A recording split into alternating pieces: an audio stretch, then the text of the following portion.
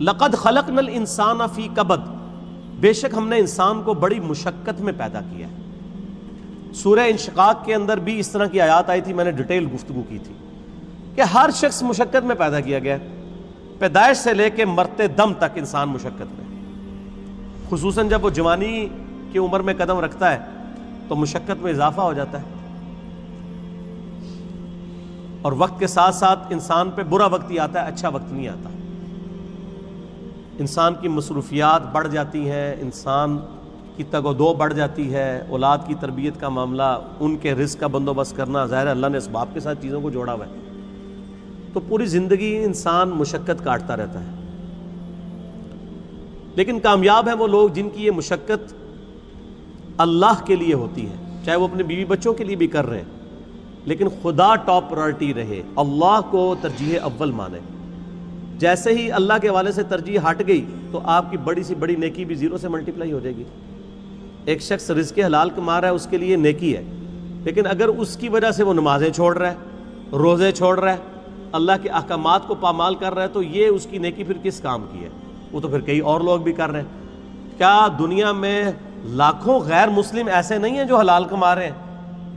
بڑے بڑے up right قسم کے لوگ ہیں، اس طرح کے آپ کو مسلمانوں میں دکھانے مشکل ہو جاتے ہیں،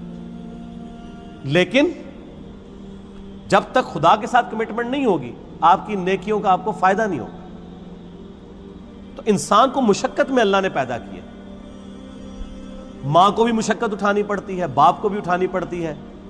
اور انسان جب یعنی بچپن میں تو اس کی بڑی بادشاہ والی زندگی ہوتی ہے، جو جوانی میں قدم رکھتا ہے اس کی مشقت کا دور شروع ہو جاتا ہے، حتیٰ کہ انسان اس زندگی سے فارغ ہو جاتا ہے۔ اتنی تکلیفیں اٹھانے کے بعد ابھی آخرت کی تکلیفیں باقی ہیں۔ اگر کسی نے دنیا میں اللہ کی مرضی کی زندگی گزاری تو اس کی یہ مشقت عارضی ہے، ہمیشہ کی کامیابیاں اس کا مقدر ہے، اور اگر کسی نے دنیا اپنی مرضی کی گزاری تو یہاں پہ کتنی عیاشی کر لے گا، وہ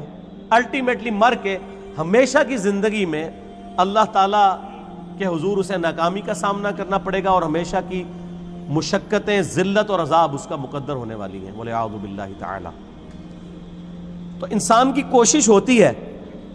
اب وہ کوشش اگر پازیٹیو ہے رزلٹ پازیٹیو نکلے گا، نیگیٹو ہے تو نیگیٹو نکلے گا۔ اسی کا ذکر اب آگے آ رہا ہے، أَيَحْسَبُ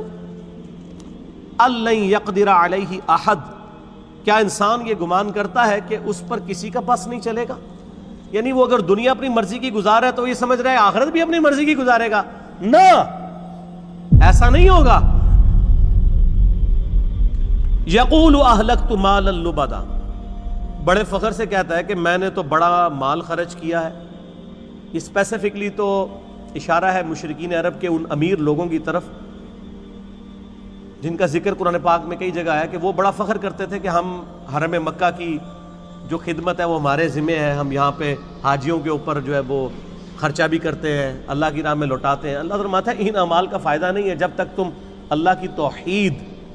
اور اس کے نبی علیہ السلام کی رسالت پر ایمان نہیں لاؤ گے، شرک سے کنارہ کشی اختیار نہیں کرو گے، تو یہ حاجیوں کے اوپر کھانا پینے کے اوپر پیسے صرف کرنا، یہ مال جو تم لگا رہے ہو اور بڑی اکڑ رہے ہو کہ اللہ کے حضور اس کا کوئی اجر ملے گا، کوئی اجر نہیں ہے اس کا۔ اَيَحْسَبُ أَن لَّمْ يَرَهُ أَحَدٌ، کیا وہ خیال کرتا ہے کہ اسے کسی نے نہیں دیکھا؟ اس کو نہیں پتا یہ تم لوگ کس لیے کر رہے ہو، وہ کرتے تھے صرف اپنی عمارت کو جتانے کے لیے، ریاکاری کے لیے، لوگوں پہ اپنی جو دولت ہے اس کا روب ڈالنے کے لیے۔ جس طرح آج کل بھی آپ دیکھتے ہیں لوگ مساجد کے اندر وضو خانے بنواتے ہیں، ٹوائلٹس بنواتے ہیں، قالین ڈلوا لیتے ہیں، تو باقاعدہ وہ کئی جگہ پہ تو دیکھا گیا نیم پلیٹ لکھوا دیتے ہیں کہ وضو خانہ فلاں کے لیے ہوا ہے، فلاں کے سالے ثواب کے لیے۔ بھئی اگر سالے ثواب کے لیے بھی ہے تو اللہ کو تو پتہ ہے نا، آپ کے لکھنے کا تو اللہ محتاج نہیں ہے، نیکیوں کو تو چھپانا چاہیے، یہ خطرہ ہے کہ آپ کی نیکیاں برباد ہو جائیں۔ اور کئی لوگ تو جو ہے وہ حرام کے مال سے جو ہے اس طرح کے معاملات چل رہے ہوتے ہیں ان کے،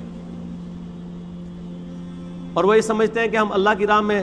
تھوڑا سا پیسہ خیرات کر کے اپنے باقی کے مال کو حلال کر لیں گے، ایسا نہیں ہوگا۔ اللہ تعالیٰ بہت غیرت مند ہے۔ یار ملے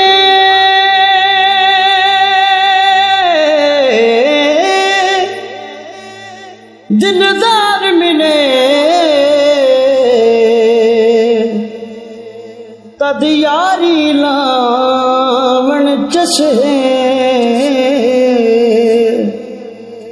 کافر ہے جڑا لا کے یاری پچھوں آکھے میری بس ہے